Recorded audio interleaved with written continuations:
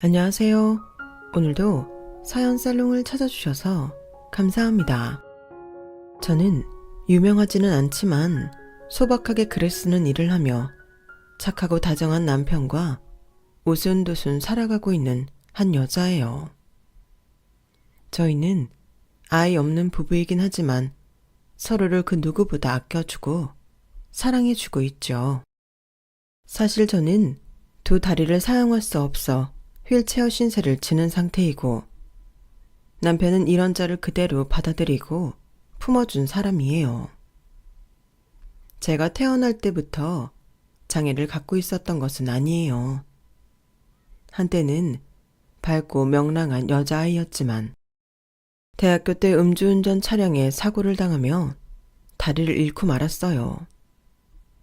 절망 속에서 모든 것을 포기하고 싶었던 제게 세상 밖으로 다시 나올 수 있도록 손을 내밀어준 사람이 바로 남편이었어요. 사고로 영구 장애 판정을 받은 후 3년이 넘는 시간 동안 저는 어둠 속에서 헤매던 시간이 있었어요. 밥도 잘 먹지 않고 사람들도 전혀 만나지 않으며 극단적인 선택까지 시도했던 저였거든요.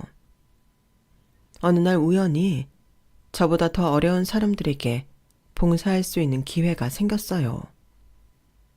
세상에서 제가 겪은 일보다 더 큰 불행은 없다고 생각했었지만 봉사 현장에서 많은 사람들을 만나며 마음을 고쳐먹게 되었어요.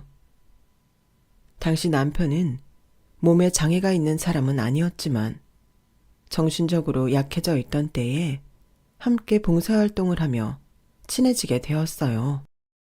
장애를 떠나 그 사람과 저는 사랑에 빠졌고 저희는 그렇게 서로의 둥지가 되어주기로 했죠.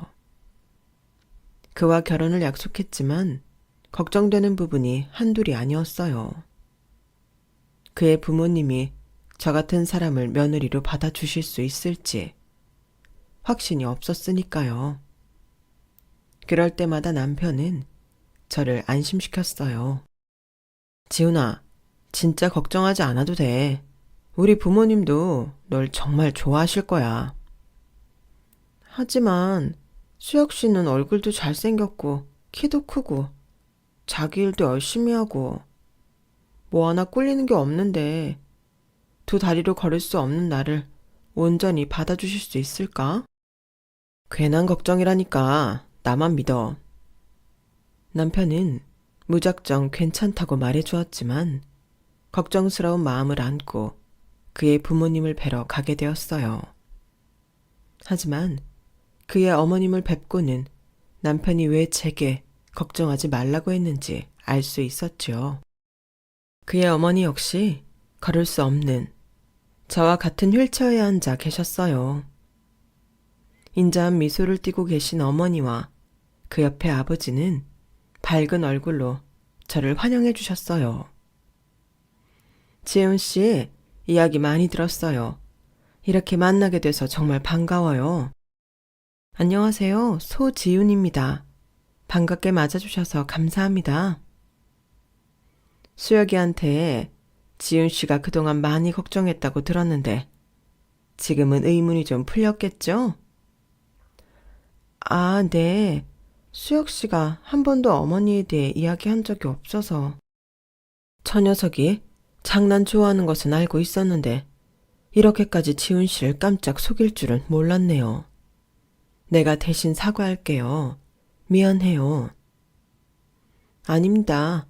어머님이 왜 사과를? 괜찮습니다. 옆에 서 있던 남편은 개구진 얼굴로 만족스럽다는 듯이 웃고 있더군요. 지훈아, 내가 걱정하지 말라고 했잖아. 보다시피 우리 엄마도 휠체어를 타고 다니셔. 난 이런 엄마를 오랫동안 봐와서 장애인에 대한 편견이나 색안경 같은 것도 전혀 없어. 그냥 우리는 다 같은 사람이잖아. 지훈이 네가 괜한 걱정한 거라고. 그런데 네가 걱정하면서 쩔쩔 매는 모습이 너무 귀여워서 말 못했어. 아니, 안 했어. 내 계획이 성공했네. 미안해, 지훈아. 수혁씨 너무해. 귀뜸이라도 해줬으면 좋잖아. 미안. 내가 너무 짓궂었지? 남편은 제 장애를 부모님이 어떻게 생각하실까 걱정하는 모습을 보며 저를 놀래켜주기 위해 일부러 어머니의 상황에 대해 이야기하지 않았다고 하더군요. 당시에는 익살스러운 남편이 원망스러웠지만 그렇게 우리는 아무 문제 없이 자연스레 결혼 이야기가 오가게 되었어요. 난 세상에서 우리 아버지가 제일 존경스러워.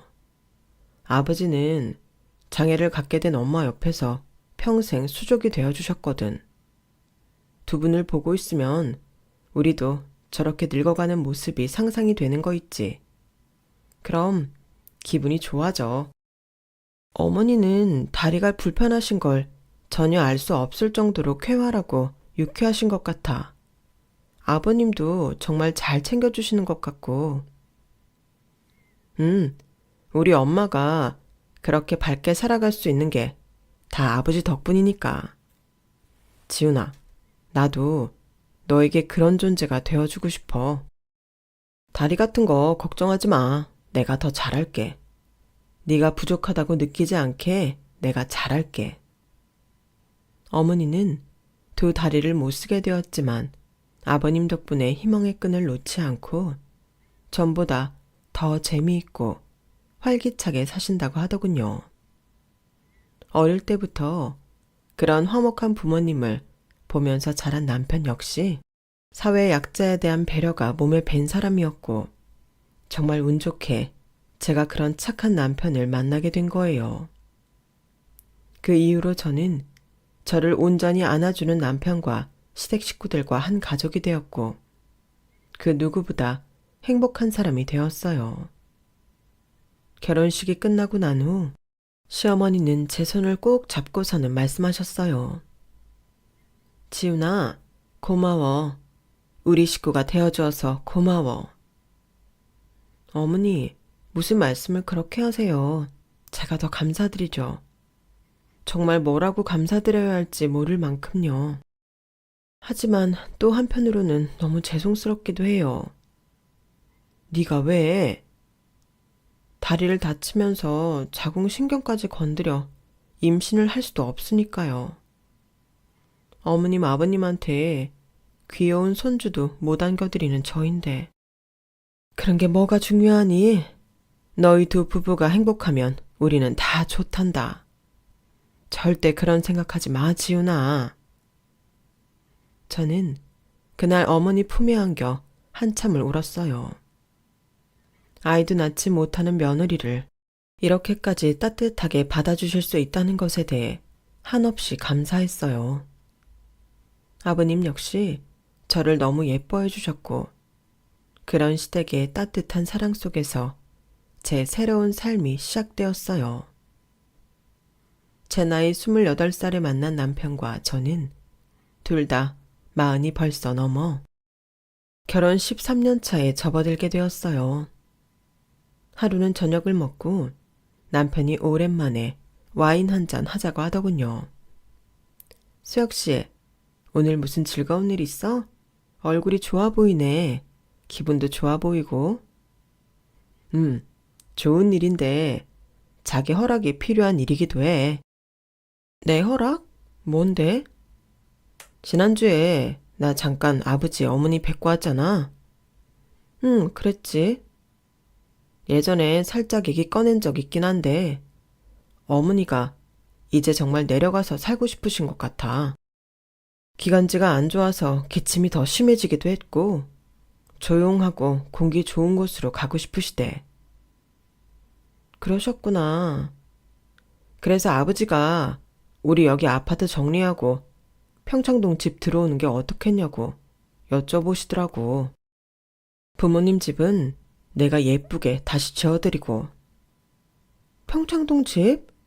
거기 우리 둘이 살기에 너무 크잖아. 거기서 아버지 어머니도 두 분만 사셨는데 뭐.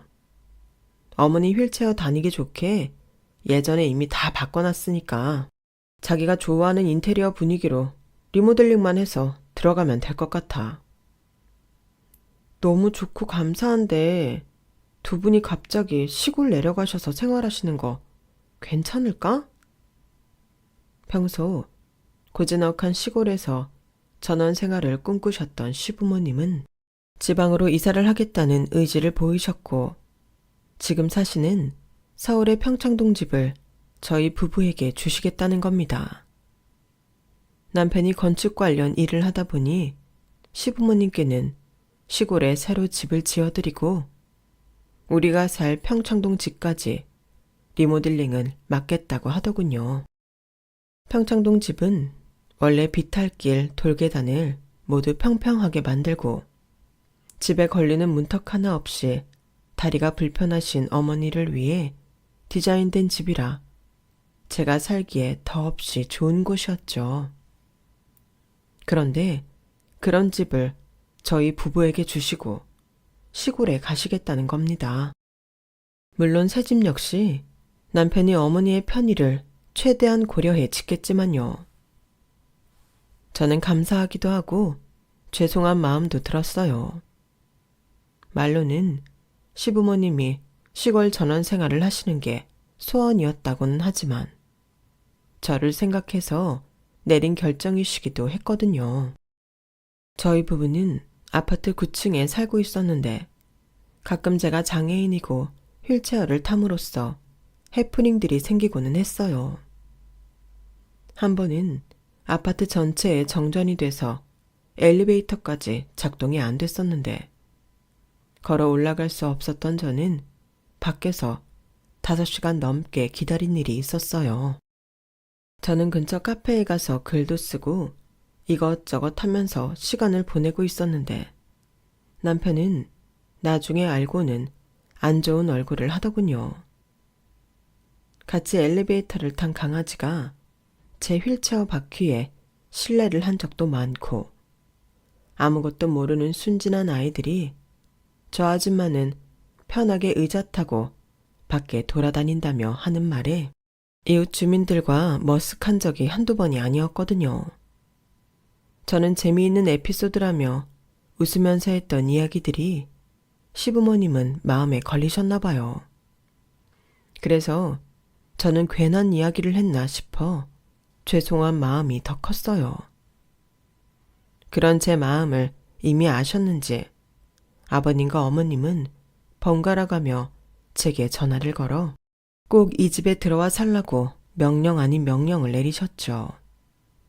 그렇게 남편은 시골 부모님께 너무 아름답고 생활하기 좋은 시골 주택을 지어드렸고 평창동 집 역시 약간의 리모델링을 하게 되었어요. 그러다 남편과 저 모두 바쁜 일상을 보내고 있는 때에 바로 그 일이 일어났어요. 남편에게는 10살 차이가 나는 남동생이 있었는데 외국에서 생활해 자주 얼굴 보기는 힘들었지만 시부모님의 인성을 고스란히 물려받은 듯 역시나 착하고 좋은 사람이었어요. 시댁 식구들은 모두 따뜻한 품성을 가진 사람들이었죠. 그런 도련님이 13년간의 외국 생활을 정리하고 한국에 들어오기로 했다는 소식에 우리 모두 기뻐했어요. 얼마 지나지 않아 도련님은 한국에 왔고 새로운 직장에 다니게 되었다는 좋은 소식도 들려왔어요. 하루는 도련님이 저희 부부와 저녁 식사를 하며 할 말이 있다고 하더군요. 도련님 많이 드세요. 고마워요 형수님. 근데 형수님 저 할 말 있어요. 뭔데 그래? 나 아기가 생겼어. 뭐? 그러니까 여자와 아기가 동시에 생겼어. 나 결혼해야 될 것 같아. 어머 도련님, 이거 좋은 일 아니에요? 결혼과 임신, 겹경사네요. 축하해요 도련님. 좋은 일은 맞지만 좀 그래요. 무슨 일인데 그러는 거야? 속 시원하게 말 좀 해봐. 친구랑 술 마시다가 알게 된 여잔데 내가 그날 술에 너무 취해서 실수를 한 것 같아. 얼마 후에 초음파 사진을 보여주면서 우리 아이라고 하더라고. 그래서 내가 책임지겠다고 했어. 결혼하겠다고 엄마 아빠한테 말씀드리기 전에 형이랑 형수한테 먼저 말하는 거야. 으이그 이 자식아, 조심 좀 하지. 술 마시고 실수를 하냐. 그래도 뭐 좋은 일은 맞는 거니까. 형보다 먼저 애 아빠가 되네. 네가 나보다 어른이네. 어쨌든 도련님도 그 여자분이 마음에 드니까 같이 시간을 보낸 거잖아요. 정말 잘 됐네요. 어머님 아버님도 너무 좋아하실 것 같아요. 축하해줘서 고마워요, 형수. 시부모님께 손주를 안겨드릴 수 없는 제 입장에서는 도련님의 결혼과 임신 소식이 너무 기뻤어요. 제가 해드릴 수 없는 가려운 무언가를 도련님이 대신 해드린 느낌이랄까요?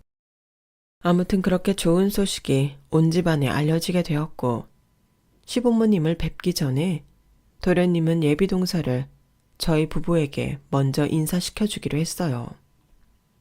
레스토랑에서 만나기로 한 날, 저희 부부는 먼저 도착해 도련님네를 기다리고 있었어요.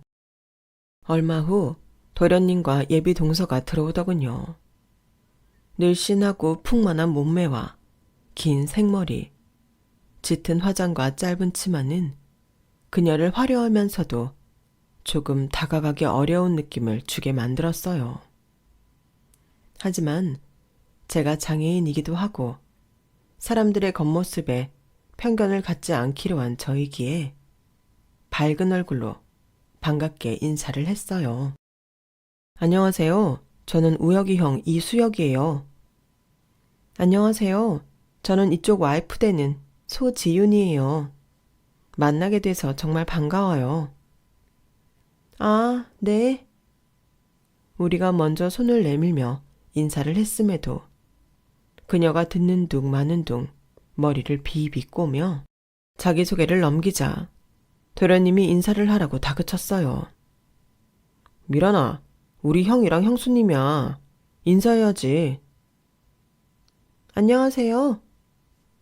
형, 형수, 여기는 전미란이라고 해요. 오빠, 나 배고파. 아니, 우리 애기가 배고프대. 빨리 맛있는 거 시켜줘. 알았어, 기다려봐. 예비동서는 온갖 애교를 부리며 도련님을 쩔쩔 매게 하더군요. 그래도 어린 나이에 임신도 했고 도련님과 결혼할 사이라 생각하니 마냥 귀엽게 보였어요. 그러나 레스토랑에서 한창 식사를 하던 중 예비동서는 불쑥불쑥 저희를 불쾌하게 할 수 있는 말들을 생각 없이 하더군요. 그런데요, 그거 뭐지? 내가 이분을 뭐라고 불러야 되지? 미래의 형수님? 형님? 형님이 맞겠구나. 궁금한 게 있는데요, 형님. 다리는 왜 그런 거예요? 네? 미란아, 그렇게 물어보면 실례잖아. 아, 그런가? 잘 몰라서. 그런데 궁금해서. 형님, 원래 태어날 때부터 이랬어요? 아니요. 대학 때 사고를 당해서 다리를 못 쓰게 됐어요. 그렇구나. 그런데 오빠 형 되게 대단하다. 어떻게 이렇게 다리를 못 쓰는 분이랑 결혼을 결심하게 된 거예요? 순간 알 수 없는 정적이 흘렀고 남편과 도련님 모두 너무 황당해 무슨 말을 해야 할지 모르는 눈치더군요. 저는 분위기를 풀기 위해 일부러 더 밝게 웃으며 대답했어요. 그러니까요. 저도 남편한테 고마울 따름이에요. 쉽지 않은 결정이었을 텐데. 그럼 저 하나 더 물어볼게요. 혹시 두 분이서 잠자리도 하세요? 다리가 불편한데 어떻게 하세요? 미란아. 도를 넘은 질문에 도련님은 연신 제게 사과를 하며 그녀를 데리고 나가더군요. 무례하고 부끄러운 질문이었지만 혹시라도 남편이 더 화를 낼까봐 괜찮다고 하며 도련님과 그녀를 보냈어요. 지훈아, 괜찮아? 아가씨가 아직 어려서 그런지 궁금한 게 많은가 봐. 간만에 신선한 질문 어질한데? 자기도 당황했지? 남편의 얼굴이 울그락불그락해지는 것을 보고는 제가 다급히 말했어요. 자기야, 나 진짜 괜찮아. 우리 도련님이랑 결혼할 사람이잖아. 임신도 했고. 앞으로 우리 식구 될 사람인데 얼굴 붉히지 말자. 응? 시댁 식구들 모두 제게 잘해줬고 저 또한 그들을 진심으로 생각하고 좋아해서 그런 일로 가족들 사이에서 나쁜 분위기가 흐르게 하고 싶지 않았어요. 전 남편에게 아무렇지 않다는 것을 보여주려고 일부러 더 오버하면서 데이트를 하고 들어가자며 졸랐어요. 한참을 심각한 얼굴로 있던 남편이 그제서야 풀어진 얼굴로 좋다며 대답했어요. 하지만 예비 동서와의 트러블은 그게 시작이었어요. 어리다고 봐주기에는 너무 당돌한 짓을 제게 했거든요. 일은 저희가 평창동 집으로 이사를 한 뒤 일어났어요. 도련님이 예전에 이사를 하면 제가 편하게 글을 쓸 수 있는 맞춤 작업 테이블을 꼭 선물해주고 싶다고 한 적이 있었어요. 이사 후 도련님이 맞춰준 테이블이 도착했고 저는 너무 만족해하고 있었어요. 가격도 가격이지만 국내에서는 쉽게 볼 수 없는 최고급 재질에 휠체어를 타는 저를 위해 세밀하게 높이 조절도 할 수 있고 손 닿는 가까운 곳에 필요한 버튼을 설치해 손쉽게 조작을 할 수 있는 말 그대로 저만을 위한 커스터마이징 책상이었거든요. 도련님, 책상 너무 좋아요. 고마워요. 마음에 드세요. 그거 제작만 3달이나 걸린 아주 귀한 책상이에요.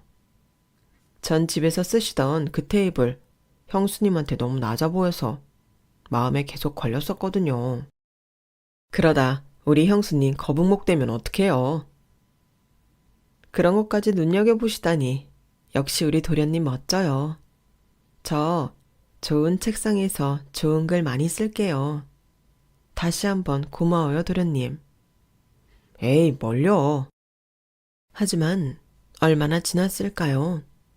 모르는 번호로 전화가 걸려와 받았더니 예비동 서더군요. 안녕하세요. 저 우혁 오빠 와이프 될 전미란이에요. 지난번에 같이 식사했었죠? 아, 안녕하세요, 미란 씨. 반가워요. 무슨 일로 저한테 전화를 주셨어요?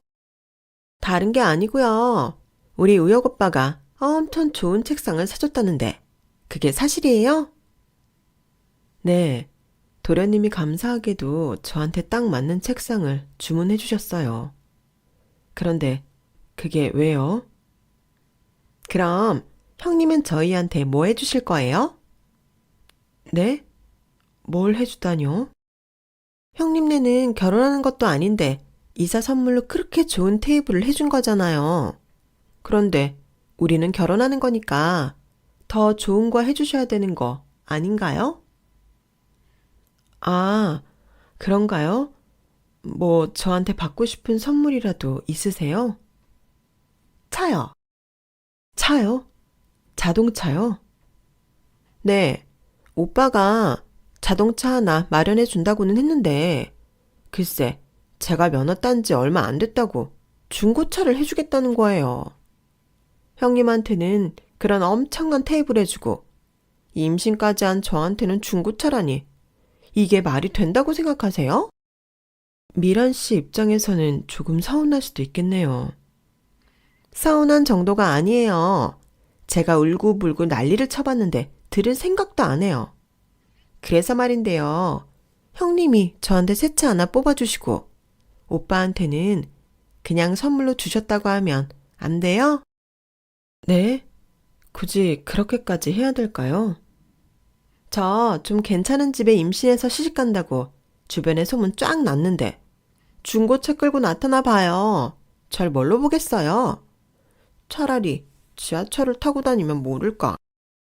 잘은 모르겠지만 도련님이 나중에 좋은 차로 안 바꿔주겠다는 것도 아니고 면허 따고 첫 차니까 중고차를 잠깐 타라는 것 같은데 도련님 말대로 하는 게 좋지 않을까요? 아니, 우리 오빠한테는 그렇게 엄청난 테이블을 선물로 받으셨으면서 저한테 차 선물 하나가 그렇게 아까우세요? 오빠가 그 테이블 저한테 가격 얼마인지 안 알려줬는데 제가 몰래 영수증 찾아보니까 진짜 거의 외제차 한 대 값이더라고요. 알고 계셨어요? 네? 아니요. 그것까지는 몰랐네요. 이제는 아셨으니까 됐죠?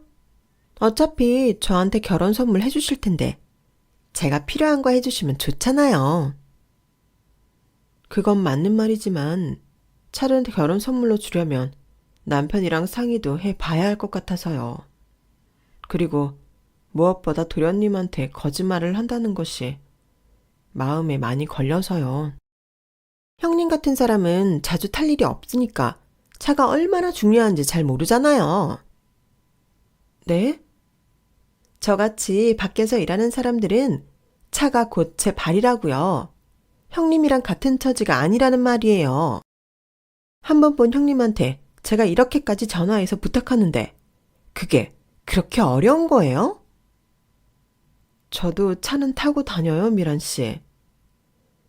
진짜 형님도 말 너무 안 통하네요. 저 임신했는데 이렇게 스트레스 받게 하다니. 스트레스가 얼마나 애한테 해로운지 아세요? 형님은 애도 못 갖는다면서요. 우리 같이 이 집 며느리로 동질감 형성 좀 해보려고 해서 이렇게 전화했더니 오히려 완전 반대네요. 제가 번지수 완전 잘못 짚었네요. 같은 비장애인으로서 저를 조금이라도 이해할 수 있는 분한테 얘기를 했어야 하는데 형님이 그렇다는 걸 깜빡하고 있었네요. 우린 완전히 다른 입장이었군요. 미란 씨, 말이 좀 너무한 것 같은데요. 제가 애도 없고 운전도 하기 힘든 장애인인 건 맞지만 미란 씨와 며느리 동질감을 만들려고 시댁 식구들을 속이거나 작당 모의하는 건 싫다는 말이에요. 누가 보면 판사님이신 줄? 이런 거 그냥 눈 감고 그런 척만 해주면 되는 걸 뭘 그렇게 비싸게 구세요? 미란 씨, 어려서 당돌한 건 알겠는데 지금 이런 말들은 좀 선을 넘는 것 같군요. 처음부터 이런 부탁 저한테 안 했으면 그럴 일도 없었을 텐데요. 제가 공짜로 그런 거 아니잖아요. 우리 오빠한테 책상 받으셨으면 저한테 그 정도는 해줄 수 있는 거 아닌가요? 못 사시는 것도 아닐 텐데. 새 차 한 대 뽑아주고 그냥 선물로 줬다고 그러는 게 그렇게 어려워요? 못 들은 걸로 할게요. 더 이상 대화하면 제가 감정을 억누르기 힘들 것 같군요. 이만 끊을게요. 저는 두근거리는 심장을 부여잡고 한참을 고개 숙이고 있었어요. 제게 선물해준 것은 도련님인데 왜 제가 예비동서에게 그 대가로 차를 뽑아줘야 하고 또 거짓말을 해야 하는 건지 도무지 이해할 수가 없더군요. 마음 같아서는 이렇게 무례하게 한 것에 대해 다른 식구들에게 알리고 싶었지만 도련님 아이를 임신하기도 했고 결혼 전부터 삐걱거리는 시작이 될까봐 이번 일을 발설하지 않기로 했어요. 남편에게도 말하지 않기로 했죠. 하지만 예비 동서와의 마찰은 머지않아 또 발생했어요. 시아버지의 칠순잔치를 앞두고 어디로 장소를 정하면 좋을까 하고 고민하고 있던 참이었어요. 우선 당사자인 시아버지의 의견이 가장 중요하기에 전화를 걸어 여쭤봤어요. 아버님, 이번 칠순잔치 특별히 하고 싶은 장소 있으세요? 하요, 우리 며느님이 이렇게도 챙겨주신다니 감사할 따름입니다. 아가, 잔치가 뭐가 중요하니? 우리 식구들 모여서 맛있는 밥 먹을 수 있으면 그만이지. 너무 신경 쓰지 말거라. 그래도 칠순이신데 지인분들 다 같이 모셔서 좀 크게 하시는 게 어떨까요? 아서라. 평생 사람들한테 시달리면서 살았는데 칠순만큼은 오붓하게 우리 가족들이랑만 보내고 싶구나. 정말이야. 귀찮게 다른 사람들 불러서 일 크게 벌리고 싶지 않아. 참, 우혁이 차대라이까지는 같이 모이면 좋겠구나. 환갑도 가족여행으로 대체했어서 이번 칠순만큼은 제가 잘 대접해드리고 싶었는데 아버님은 기어코 밖에 알리지 않고 가족끼리 소박하게 하시기를 바라셨어요. 대신 좋은 선물을 준비하기로 마음먹고 저는 여러 곳을 찾다가 종로 쪽의 조용하고 아늑한 분위기에 정갈한 음식으로 정평이 나 있는 전통 한옥으로 예약을 했어요. 인원수를 묻는데 갑자기 예비동서가 떠오르며 좀 불편한 감정이 올라오더군요. 우선 시부모님, 우리 부부, 도련님 커플 이렇게 6으로 예약을 하고 전화를 걸었어요. 여보세요? 저 소지훈이에요. 알아요. 웬일이세요? 3주 뒤에 아버님 생신이세요. 올해 칠순이시고요. 가족들 모두 모여서 식사하시기를 원하시는데 제가 종로 쪽에 예약을 했거든요. 참석해 주셨으면 좋겠어요. 날짜 정하고 통보하시는 거예요? 아버님 일정에 맞추다 보니 미리 물어보지 못한 건 미안해요. 그래도 앞으로 한 식구 될 사이인데 아버님이 미란 씨도 참석했으면 하시더라고요. 그런데 어디라고요? 종로? 거기 강북 아닌가요? 강북이긴 하죠. 왜요? 우혁 오빠한테 못 들으셨어요? 전 태생부터 청담동 붙박이거든요. 이 동네를 크게 벗어나 본 적이 없는데 어떻게 거기까지 저녁을 먹으러 가요? 네? 해외도 아니고 같은 서울인데 그게 그렇게 힘든 일인가요? 제가 그쪽 지리도 잘 모르고 사람들이 그러는데 그런 데는 식재료도 여기서 쓰고 남는 거 가져다 쓴다던데요. 저 임신했잖아요. 아무거나 먹으면 안 되죠. 무슨 그런 얼토당토 않는 이야기를 어린애도 아니고 그런 말을 믿는 거예요? 그만큼 가기 싫다는 거예요. 형님도 눈치가 참 없으시네. 아직 결혼도 안 했는데 웬 칠순 참석? 벌써 며느리 노릇하라는 건가요? 아니요. 전혀 그런 의도로 말한 건 아닌데 그냥 순수하게 축하해드리는 마음으로 오는 건 안 되나요? 네. 아시다시피 제가 홀몸이 아니라 조금만 움직여도 피곤해서요. 아, 맞다. 형님은 임신 그런 거 느낌 모르시지? 지난번부터 말을 좀 생각 없이 던지는 느낌이 드네요. 저도 미란 씨 오는 거 딱히 반갑지는 않으니까 제 선에서 알아서 이야기할게요. 네, 수고하세요. 그냥 도련님한테 말해서 데려오던지 말던지 내버려 둘걸 하는 후회가 밀려왔어요. 이번에 잔치에 초대하면서 서로 간의 오해를 조금이나마 풀어볼까 했던 제가 우스워지더군요. 그래, 어렵겠지만 나만 안 보고 살면 되는 거잖아. 마음 같아서는 결혼이고 뭐고 다 망쳐버리고 싶지만 도련님이랑 뱃속의 아기는 어떡해. 화가 나도 한 번만 더 참자. 아버님의 칠순 당일 역시나 예비동서는 나타나지 않았어요. 정말 오지 않은 것을 보니 괘씸하기 짝이 없더군요. 그래도 좋은 날이니 얼굴 구기지 않고 오랜만에 시댁 식구들과 다정하게 이야기를 나누며 좋은 시간을 보냈어요. 화가 난 마음이 좀 풀리는 것 같더군요. 그렇게 소박한 잔치가 끝나고 또 계속 바쁜 일상이 되었어요. 그러다 제 2번째 책이 세상에 나온 날이 되었죠. 저도 기분이 좋고 남편도 신이 나 둘이서 맛있는 저녁에 술을 좀 과하게 마시게 됐어요. 자기야, 벌써 책을 2권이나 쓴 작가라니 너무 멋지잖아. 다 자기 덕분이지 뭐. 이렇게 집중해서 책 쓸 수 있게 해준 거 너무 고마워. 내년 초에나 나올 것 같다더니 생각보다 빨리 작업이 끝났네. 아무래도 도련님이 선물해준 책상이 좋은 기운을 가져다 주는 것 같아. 거기 앉아서 쓰면 정말 시간 가는 줄 모르고 막 써지더라고. 와, 구역이 이 자식 형수한테 좋은 일 하나 했네. 갑자기 도련님 얘기도 나왔는데 지금 집에 불러서 같이 술 한잔 할까? 그럴까? 그래, 이런 좋은 날 우혁이도 진작 부를 걸 그랬네. 내가 전화할게. 전화를 마친 남편이 술잔과 주스를 갖고 오며 말했어요. 우혁이 택시 타고 바로 온대. 그런데 지금 그 미란 씨랑 같이 있나 봐. 같이 온다네?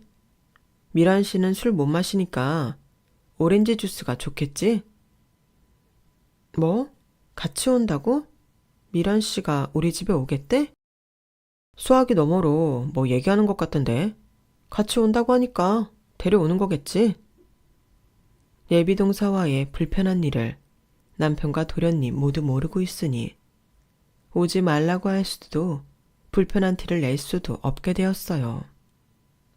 30분쯤 지났을까? 도련님과 예비동서가 도착했어요.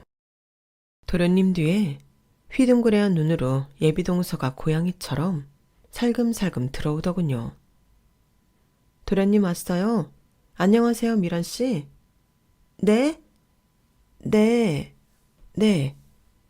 이쪽으로 오세요. 자리 미리 세팅해놨어요. 예비동서는 으리으리한 집 규모에 많이 놀란 것 같더군요.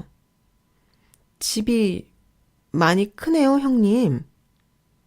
네, 시부모님이 시골로 내려가시면서 이 집을 주고 가셨어요. 제가 생활하는데 불편하지 않게 남편이 조금 더 인테리어를 가감했고요. 이렇게 좋은 집에 살고 계셨어요? 미란 씨는 태생부터 청담도 붙박이라면서요. 거기는 여기보다 좋은 집이 훨씬 많을 텐데요. 아닌가요? 그렇긴 한데 집 크기와 세련된 인테리어에 압도된 예비동서는 전화로 제게 쏘아 붙이던 모습과 달리 기가 많이 죽은 것 같았어요. 아마 다리도 그렇고 겉모습도 소박한 채가 이렇게 좋은 집에 살고 있는 줄은 꿈에도 몰랐겠죠. 저희 부부와 도련님이 술을 마시며 시끌벅적 이야기를 하는 중에도 집 구석구석을 살피던 그녀는 제가 과일을 내오자 형님, 제가 깎을게요. 이런 거 이제 저한테 시켜주세요. 아니에요. 미란 씨는 손님인데 제가 해야죠. 이리 주세요. 아우, 우리 이제 한 가족 되는데 뭘 그렇게 어렵게 대하세요. 말씀도 낮추시고 여동생 생겼다 생각하시고 편하게 대해주세요, 형님. 완전 다른 모습으로 탈바꿈한 그녀를 보니 더 얄미운 마음이 들었어요. 그렇게 한참을 이야기하다 예비동서가 피곤해하며 꾸벅꾸벅 졸자 도련님은 가봐야겠다며 집으로 돌아갔어요. 그리고 다음 날 바로 사건이 일어났어요. 숙취로 고생하는 남편은 계속 자고 있었고 제가 먼저 일어나 화장실로 향했죠. 그런데 화장실 휴지통에 이상한 게 보였어요. 특히 우리 집에서라면 더더욱 볼 수 없는 거였죠. 바로 사용 후 둘둘 말아 처리한 생리대였어요. 피 묻은 생리대가 왜 있지?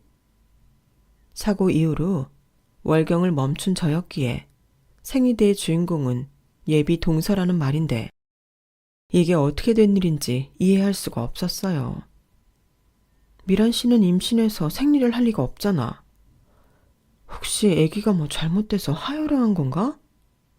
딱 봐도 이렇게 양이 많아 보이는데 그랬으면 어제 여기 있을 게 아니라 병원을 가야 만든 건데? 도대체 뭐지? 한참을 생각하다 저는 예비동서의 거짓 임신이 확실하다는 결론을 내렸어요. 어쩐지 아무리 날씬하다고 하지만 못해도 3, 4개월이 지났는데 전혀 티가 나지 않았던 배가 떠올랐죠. 전날에도 배꼽이 다 보이는 크롭티를 입고 나타나서 속으로 임산부가 대단하다라고 생각했었거든요. 도둑이 제발 저린다고 잠시 후에 벌벌 떠는 목소리로 예비 동서가 전화를 걸어오더군요.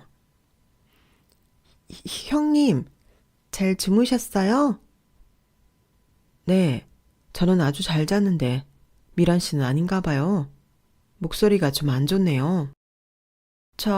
그게 말이에요.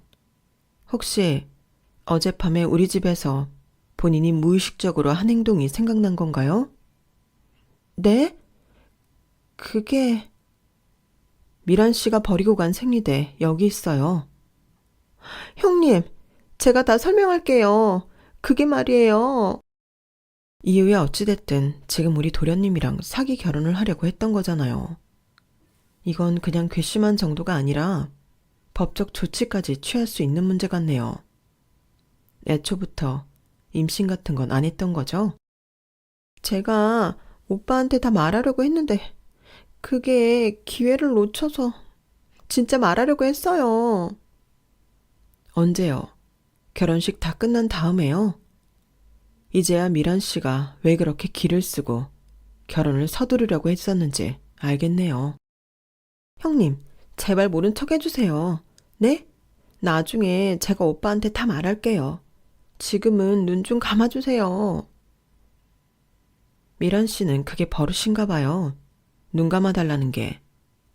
저번에는 저한테 차 내놓고 결혼 선물로 준 것처럼 해달라더니 이번에는 거짓 임신한 걸 봐달라고요? 정말 어이가 없네요. 형님이 시키는 거 다 할게요. 제발 말하지 말아주세요. 도대체 왜 그런 거짓말을 한 거예요?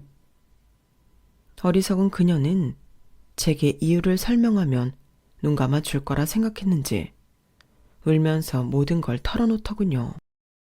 도련님과 술김에 하룻밤을 보낸 건 맞지만 임신은 전혀 아니었고 몇 번 만나다 보니 능력도 있고 집안 형편도 나쁘지 않은 것 같아 꼬셔서 결혼해야겠다고 생각했다는 겁니다.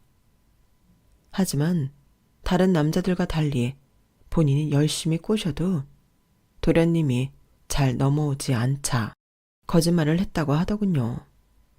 어처구니가 없었어요. 그래놓고 좋은 책상을 받았으니 대신 자기 차를 사달라고 하질 않나. 임신했다는 핑계로 강북에서 하는 시아버지 칠순에 참석할 수 없다고 하질 않나. 이건 도련님뿐만 아니라 우리 모두를 기만한 것이었죠. 울며 불며 잘못했다고 비는 그녀와 전화를 끊고 저는 남편을 깨우고 도련님을 바로 호출했어요. 다 모인 자리에서 저는 그녀와 통화한 녹음 파일을 틀었고 정막이 흘렀어요. 아무 생각 없이 그날인 줄도 모르고 저희 집 화장실에서 사용한 생리대를 버리고 간 거예요. 여자들이 생리할 때 여러 증상이 있는데 어제 유독 피곤해했던 게 그 이유 때문이었던 것 같아요. 이럴 수가. 사실 그 전부터 썩 좋은 느낌을 받지는 못했는데 그래도 도련님 아이를 임신했다고 하고 결혼도 앞두고 있으니 그냥 저 혼자 삭히고 넘어갔었거든요. 또 무슨 일이 있었어요? 저는 남편과 도련님에게 자동차 일과 칠순 잔치 일에 대해 이야기해 주었어요. 자기는 그런 일 있었으면 나한테라도 말하지. 혼자 끙끙 앓고 있었어. 미란 씨가 유독 나한테만 그러는 것 같았으니까 나만 참고 앞으로 자주 안 마주치고 살면 되겠다 싶었거든. 지금 생각해보니까 나도 너무 어리석었지. 그런 여자가 도련님이랑 살면서 얼마나 많이 다른 일들로 도련님을 괴롭히겠어.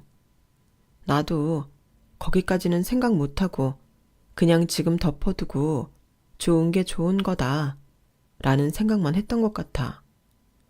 미안해요, 도련님. 아니에요, 형수님. 지금이라도 이렇게 알게 돼서 다행이죠. 사실 형이랑 형수 인사시켜드리는 자리에서 자꾸 형수에 대해 생각 없이 말했던 게 마음에 걸려있긴 했었거든요. 그래서 좀 싫은 이야기만 하려고 했다 하면 뱃속에 애기 스트레스 받는다, 잘못되면 어떡할 거냐 등등 이유로 제 입을 막더군요. 진짜 다행이다. 우혁이 너도 이제 어디 가서 술 그렇게 진탕 먹고 함부로 행동하지 마라. 이번 일로 너도 느낀 게 많겠지. 씁쓸한 얼굴의 도련님을 보니 안쓰러웠어요. 더 놀라운 사실은 그녀에 관한 거짓은 그것뿐만이 아니라는 거예요. 도련님이 그녀를 만나 파온 이야기 꺼내자 처음에는 울면서 잘못했다고 빌더니 나중에는 자기 뜻대로 안 되니까 갑자기 다리를 꼬고 태도를 바꿔 이렇게 이야기하더랍니다.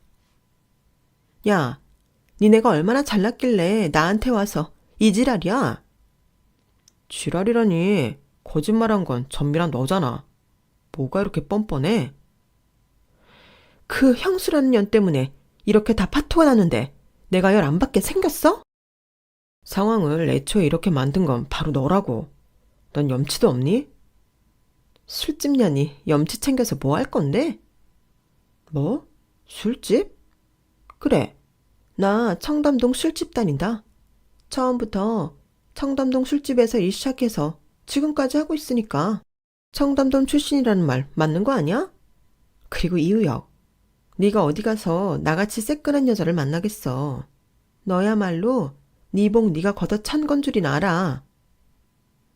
뻔뻔한 것도 유분수지. 정말 대단하다.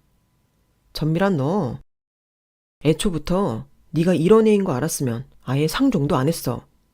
우리 형수님 아니었으면 정말 깜빡 속아 넘어가 내 인생도 말아먹을 뻔했어. 그 여자 입에도 담지 마. 우리 형수님 몸은 불편해도 존경스러울 만큼 올바르고 똑바로 사시는 분이야.